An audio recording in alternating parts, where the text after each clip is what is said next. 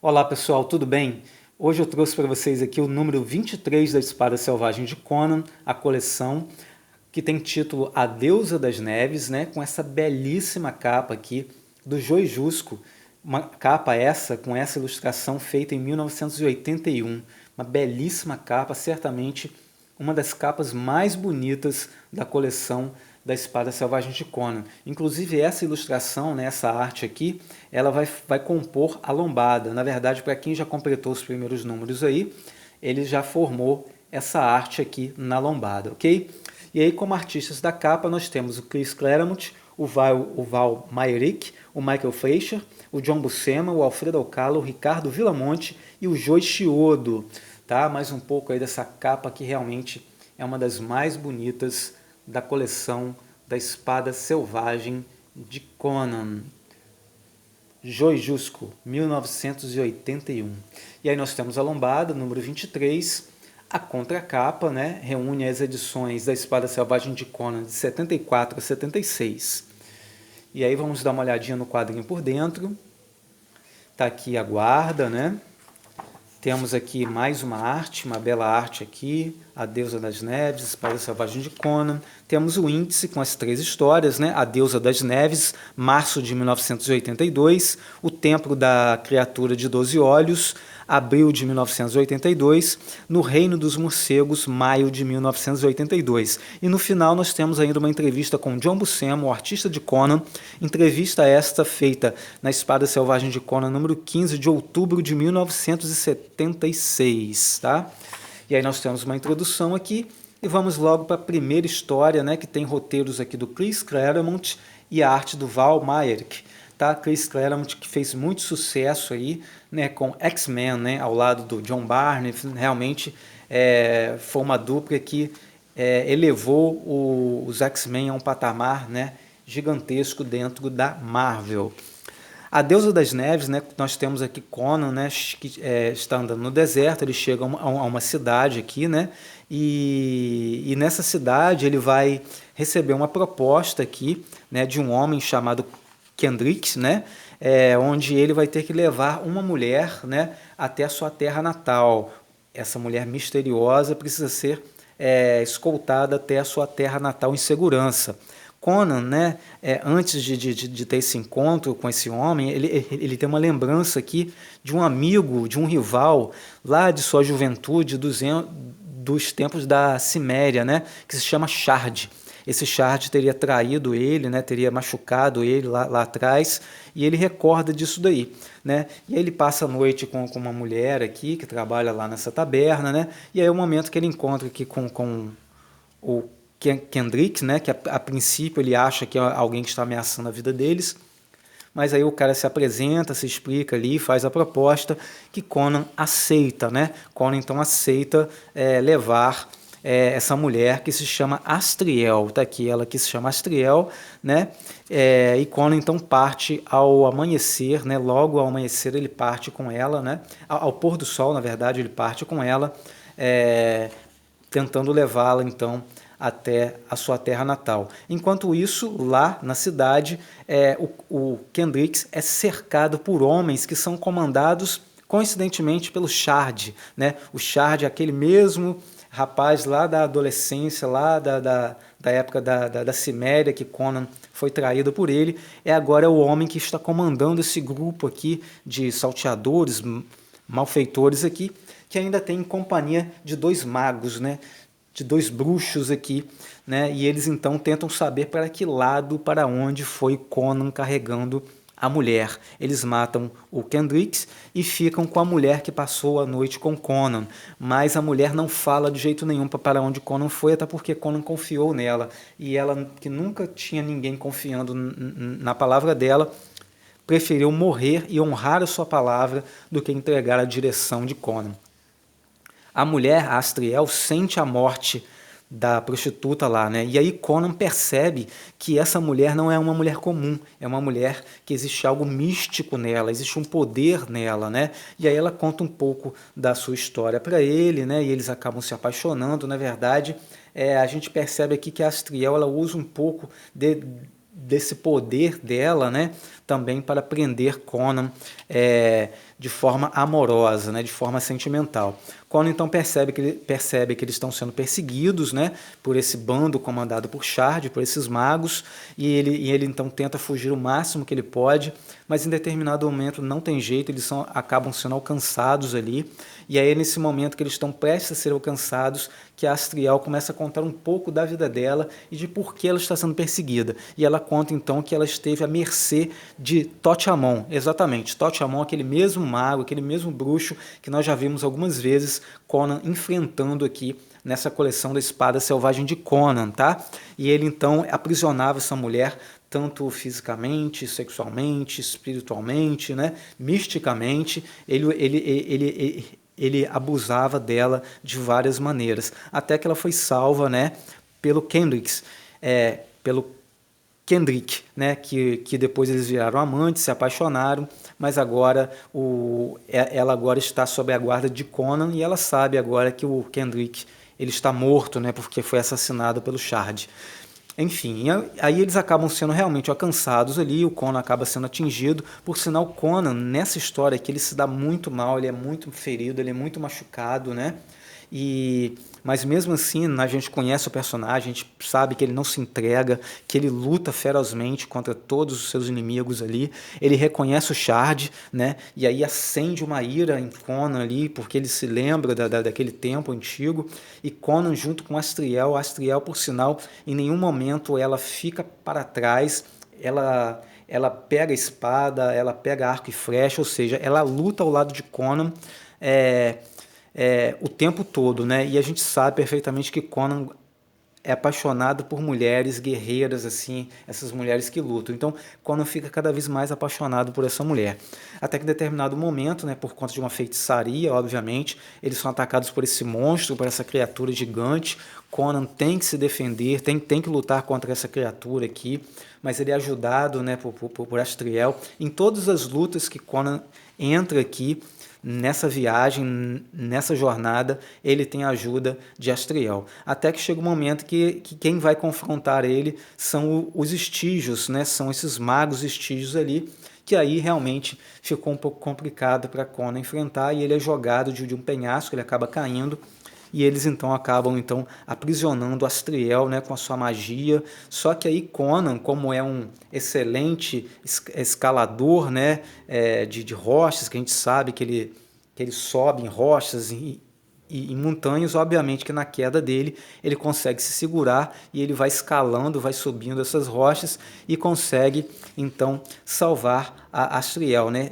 Ele mata um dos magos e depois Astriel acaba matando o outro, e os dois então vão caminhando, tentando alcançar as terras de Astriel. Só que aí Shard alcança Conan, né? E aí chega o momento da luta entre Conan e Shard, né? Essa luta que vem se arrastando durante anos na mente dos dois e que agora finalmente eles vão poder colocar em prática. Obviamente que vai terminar com Conan matando Shard, né? E aí, quando Conan pensa que está livre de tudo, chegam mais homens ali, mais homens que estão atrás de Astriel, só que aí, como ela já está em seu território, como ela já está com os pés na sua terra, os poderes dela, que estavam um pouco enfraquecidos, digamos assim, eles são totalmente restabelecidos e ficam plenos. E aí ela invoca vários animais, né, como vocês estão vendo aqui, e os animais então afugentam, né, esses homens, né, e ela então se revela como a Astriel, a deusa da neve. E aí todos correm mesmo, né? Aí que todos ficam apavorados e saem correndo ali. E aí quando todos fogem, Conan se entrega totalmente ali, porque ele realmente está muito ferido. Foi realmente uma história onde Conan mais se feriu de muitas que eu já vi aqui na Espada Selvagem de Conan, a ponto dele chegar a desmaiar, né, aqui. E aí quando ele acorda de uma cama com peles, né, cercado por animais ali, e ele percebe que ele está no palácio que pertence a Astriel, né? E Astriel então convida Conan para que ele viva com ela para sempre, de forma até imortal. Mas aí Conan então recusa, fala que não, que ele prefere continuar o caminho dele, seguindo, né, a trilha dele, e aí ela convida então que pelo menos até o inverno ele fique com ela. Então ele concorda ficar com Astriel ali até o inverno passar. E assim termina a nossa primeira história, A Deusa da Neve. E nessa segunda história aqui nós temos os roteiros de Michael Fleischer e a arte do Alfredo Alcala. Okay? E aí nós temos aqui nessa segunda história, nós temos Conan preso aqui, acorrentado na Rocha da Tortura, né? Que é essa rocha aqui que fica no meio do mar.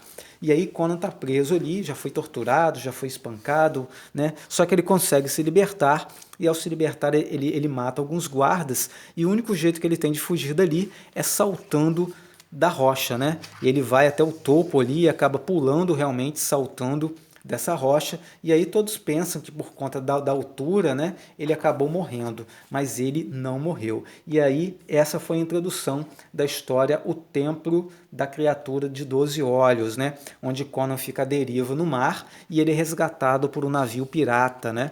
E aí ele é resgatado por esses homens, só que os homens acabam desconfiando dele, né, acabam realmente suspeitando de que ele está ali amando, né, de alguém para prejudicar eles, e aí Conan acaba sendo amarrado, acaba sendo acorrentado de novo, acaba sendo espancado, acaba sendo torturado, né? E aí chega em determinado momento, né, que ele faz um desafio ao chefe desse navio, né, que é o Barak.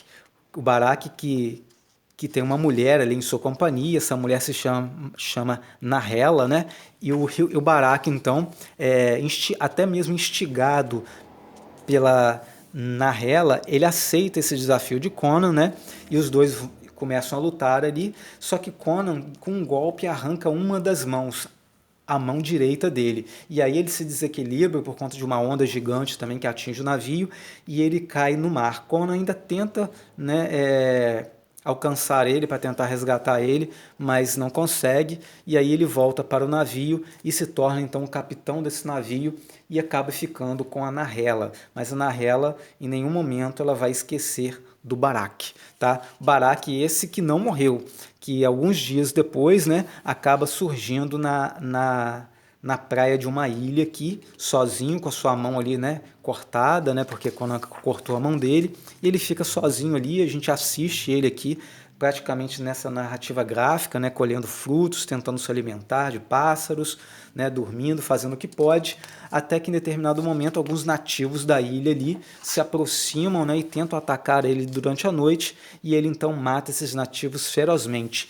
E depois de matar esses nativos, arrancando a cabeça deles, ele jura vingança a Conan, né, dizendo que vai matar Conan, vai matar esse bárbaro, né, que no caso é Conan, que ele faz essa jura olhando para os céus. E aí Conan está lá comandando o navio dele, eles fazem alguns saques ali, ele passa noites de amor com a Nahela e fica examinando os mapas de Barak, né? Mapas esses que falam de uma ilha, onde seria a ilha da criatura de 12 olhos, enfim, onde teria muitos tesouros ali. Enfim, e aí eles passam esse tempo juntos ali, essas pesquisas, né, que Conan fica fazendo, tentando achar essa ilha. Enquanto isso, ele percebe que Nahela, apesar de estar com ele, ainda é completamente apaixonada por Barak, né? E ele então aceita essa situação, até porque ele pensa que Barak está morto, mas ela tem certeza no coração dela que Barak está vivo. Enquanto isso, passado alguns dias, Barak é encontrado por alguns íngaros, né? Eles descem naquela ilha ali, e eles acabam então encontrando o Barak ali. E aí eles percebem que esse Barak era um pirata, né, que já roubou vários navios deles. E aí eles levam o Barak preso, né, e embora com eles para dentro do navio Zíngaro. Enquanto isso, Conan continua rumando, né, tentando achar a ilha onde tem esses tesouros, essa ilha dessa criatura de 12 olhos, né? E aí eles passam por tempestades ali, a gente vê que o navio de Conan acaba sendo atingido por ondas gigantes, acaba batendo em recifes e naufragando, né? E aí a grande parte da população, da tripulação que estava acompanhando Conan acaba morrendo afogada, né? E só um barco, né, de salva-vidas ali fica cheio desses piratas aí, só que o barco está muito cheio, eles acabam então lançando alguns homens ao mar ali, à sorte, e os tubarões tomam conta desses homens. Enquanto isso, o Barak ele está sendo torturado lá no navio dos Íngros. Inclusive, ele tem um dos olhos arrancados, né? E aí ele está ali já muito torturado, muito ferido, mas mesmo assim, né, impelido por sua raiva, por seu ódio, por seu desejo de vingança, ele consegue se soltar, mata os seus vigias ali e pega um barco, um dos barcos de salva-vidas ali que tinha no barco, né? No navio, e acaba então fugindo desse navio e chegando até uma praia, né, onde ele então é acolhido por um casal de idosos ali que alimenta ele, né, mata a sede dele, faz ele descansar. Só que aí, mesmo com toda essa ajuda, o Barak assassina esses dois idosos, falando que não vai poder deixar eles vivos ali, né? E enquanto isso, Conan, né, continua arrumando, tentando agora achar terra, né? Ele já nem pensa mais na ilha lá do tesouro, ele só quer arrumar terra porque ele quer se salvar, porque agora eles estão à deriva em alto mar. Enquanto isso, o Barak continua arrumando, né? Continua andando lá, causando pânico, terror por onde passa. Conan então avista terra, só que ao avistar terra eles são atacados por um polvo gigantesco, polvo esse que mata grande parte da tripulação que restou de Conan, né? Conan acaba se salvando, ele acaba sendo capturado e Nahela também, mas ele salva a moça e acaba também se salvando ali, né? Acaba atingindo a criatura que acaba soltando eles ali. E eles então chegam até a praia, onde os poucos piratas que restaram tentam se rebelar contra Conan, mas eles logo percebem que se rebelar contra Conan não é uma boa coisa, né? Então fica ele e Nahela juntos, sozinhos ali para seguir caminho. Enquanto isso, o Barak, né, ele está já ele conseguiu algumas coisas, alguns recursos, né? Roupas e tudo, tratamentos, né? E aí ele consegue encomendar uma armadura para ele. A armadura essa que é cheia de truques, né? Onde ele pode acoplar várias armas dentro da sua mão, dentro do seu braço mecânico, digamos assim, né? E essas armas saem, né? Atingem as pessoas. E aí o ferreiro explica tudo para ele. Só que aí o que ele faz? Ele mata o ferreiro, ou seja, o Barak ele está matando todas as pessoas que ajudam ele.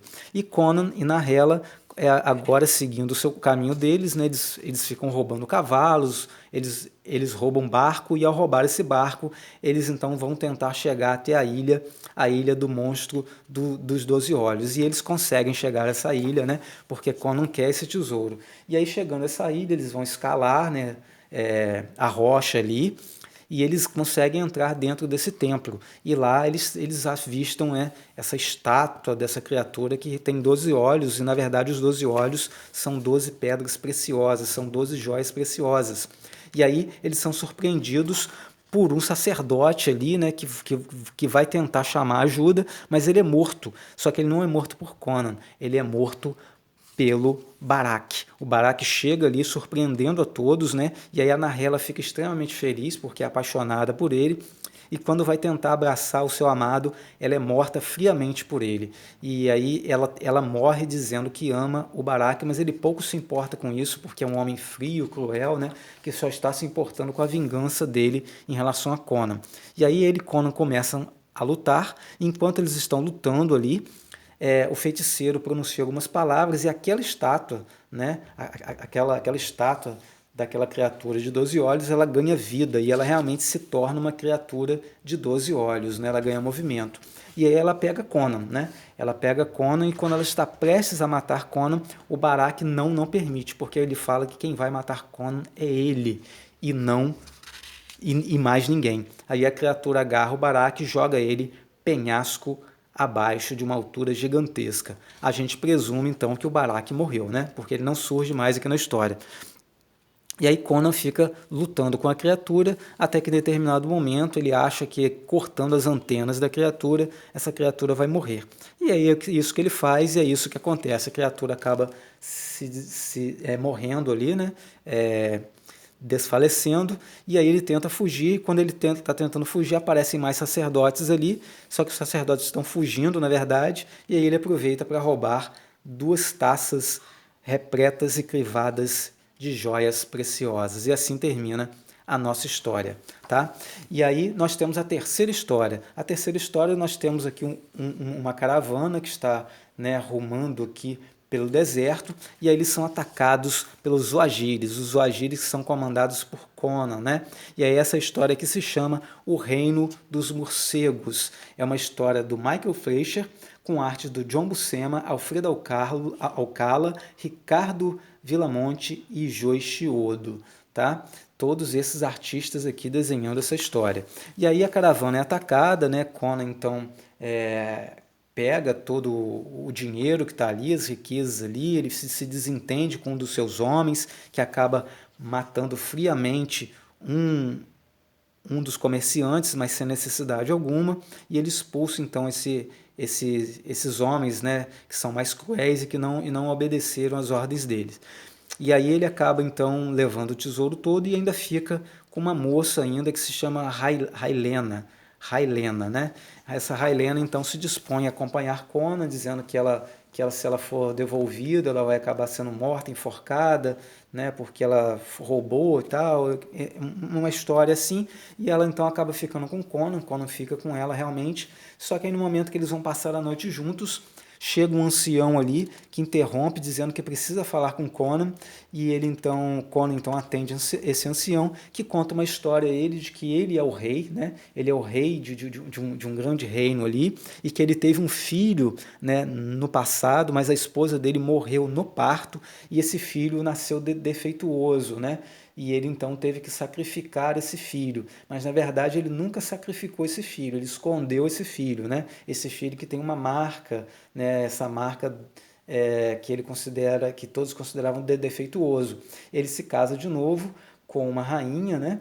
Só que essa rainha, além de trair ele, fica tramando a morte dele o tempo todo. Então agora, ele temendo realmente ser morto, ele quer que o verdadeiro filho dele, que é essa criança que ele escondeu durante todo esse tempo, que tem esse defeito, né? Que ele quer que Conan então encontre essa criança, entregue o anel real à criança, a esse filho dele, que não é uma criança mais, né? Entregue esse anel real ao filho dele e torne o filho dele rei, né? Porque ele está prevendo que ele vai ser morto, né? E aí Conan, finalmente, depois de aceitar toda a proposta, ele passa a noite com a mulher, e aí nós temos a cena do palácio, onde nós temos a rainha, né, o rei reaparece lá, ela deu por falta do rei, e aí ele fala que ele foi somente dar uma cavalgada. E aí eles estão sendo ali atendidos por um anão, né? Esse anão cuida do rei, cuida da rainha, enfim, é um servo fiel esse anão aí. E aí o rei então acaba, né, sendo traído realmente por essa rainha, por seu capitão, e é jogado dentro de um buraco onde tem essa criatura gigantesca aqui, que acaba devorando o rei. E o rei então foi morto, e a rainha agora quer de qualquer jeito encontrar esse filho que não é filho bastardo, é um filho realmente de sangue do rei, e quer que ele seja morto de qualquer maneira, para que ela reine absoluta e não tenha nenhum risco de perder o seu reinado ali, né? E aí ela fica muito irritada com esse anão, ela maltrata muito esse anão, enfim. E aí Conan segue com a sua jornada, né, para tentar achar esse filho, né, que tem esse defeito do rei, e levá-lo até o castelo para que ele seja coroado, né? E aí Conan acaba achando um rapaz esse que está prestes a ser assassinado ali, né? E aí ele acaba então salvando esse rapaz e percebe então que ele tem uma marca, né? Então ele entende que essa marca aqui é a marca que o rei falou, esse defeito, e ele então é esse menino, é esse rapaz que deve ser coroado. Então Conan vai em direção ao reino, protegendo o tempo todo esse rapaz, só que ele descobre que entre os seus Oagiris existe um traidor ali que já teria sido comprado, né? Segundo o capitão da rainha, ele teria espiões já dentro desse bando dos Oagiris, e aí Conan descobre aqui que um desses homens tentou envenenar o rapaz ali, né? E aí então ele acaba então matando o rapaz ali, matando o rapaz não, matando esse homem que queria matar o rapaz, só que aí eles são atacados por essas criaturas aqui, ó, que estão montadas em morcegos gigantes, né? E esses morcegos então atacam Conan, atacam os Wagires e acabam levando todos eles prisioneiros até uma caverna. Chegando nessa caverna, eles encontram com essa mulher aqui, que é a soberana ali, que é a rainha, digamos assim, que é uma sacerdotisa que se chama Vimira, né? Vimira. Essa Vimira, então, ela é a sacerdotisa desse reino dos morcegos. E ela, então, conta a história de que eles viviam em uma terra muito hostil, que eram sempre atacados por homens bárbaros, e resolveram fugir, e ao fugir encontraram cavernas, e nessas cavernas haviam esses morcegos gigantescos, né? Essas criaturas que se chamam os morcegos demônios, que acabaram então se tornando então servos deles, né? Mas em troca eles devem dar sangue a esses morcegos. E é por isso que eles foram capturados, ou seja, Conan e todo o seu bando vão servir de alimento para esses morcegos gigantes. Conan tenta reagir, mas é atingido por um raio místico aqui e acabam todos sendo presos ali para realmente ter o seu sangue sugado por esses morcegos gigantes. Conan consegue se libertar, né? Usa toda a sua força, tira a sua corrente lá, e aí ele ataca o morcego gigante, ele acaba salvando os seus companheiros, acaba salvando a mulher, né? E aí, quando ele consegue sair de dentro dessa caverna, da sua prisão, ele é atacado por Vimira, que lança mais raios místicos, só que esses raios místicos acabam causando um desmoronamento e acaba fechando a entrada dessa caverna, né? E a caverna é soterrada com todos eles lá dentro. Só que com exceção, obviamente, de Conan e seu bando que conseguiu fugir. E aí, quando eles estão conseguindo fugir ali, eles são atacados pelos homens da rainha, né? E aí se descobre aqui que a moça que estava com Conan era uma traidora, era uma informante dessa rainha. Só que ela acaba sendo morta pelas flechas dos próprios homens, né, da rainha para quem ela servia. E aí Conan, né, sobe o penhasco ali, escala esse penhasco ali e provoca um desmoronamento, matando todos esses homens que estavam atacando eles ali, né? Os homens acabam praticamente todos mortos ali. E aí quando Conan lança uma corda para tentar atravessar o rio pelo alto, né, entre as montanhas ali, um dos homens ainda está vivo, ele ainda tem última força para lançar uma flecha, e ele acaba atingindo o rapaz que seria o herdeiro do rei. E aí ele é atingido por uma flecha, Conan pula, né, atrás dele, eles caem no rio, e aí Conan percebe que ele está morto, né, e percebe também que a marca desapareceu, ou seja, aquela marca era falsa, ele não é o herdeiro. Dias depois, Conan aparece no palácio onde está a rainha, maltratando o anão, né? E aí ele chega ali, desafia a rainha, afronta a rainha e fala então que ele está ali porque ele vai empossar o novo rei. E ele aponta para o anão, ou seja, ele descobriu que o tempo todo o anão era esse filho, né, de quem o rei estava falando, de quem o rei guardou, protegeu esses anos todos, esse filho que o rei deveria ter matado porque era deformado, porque eles consideravam o fato dele ser um anão, crescer e se tornar um anão seria algo de deformidade, né, que não seria aceito, mas o rei não mata o seu filho e ainda guarda o próprio filho dentro do palácio, né, disfarçando ele de um servo. Só que nem o anão sabia disso, né? Nem o próprio filho sabia disso. E aí Conan então revela isso, a rainha fica furiosa porque ela tinha o tempo todo a chance de matar o herdeiro do rei e não matou porque ela não sabia.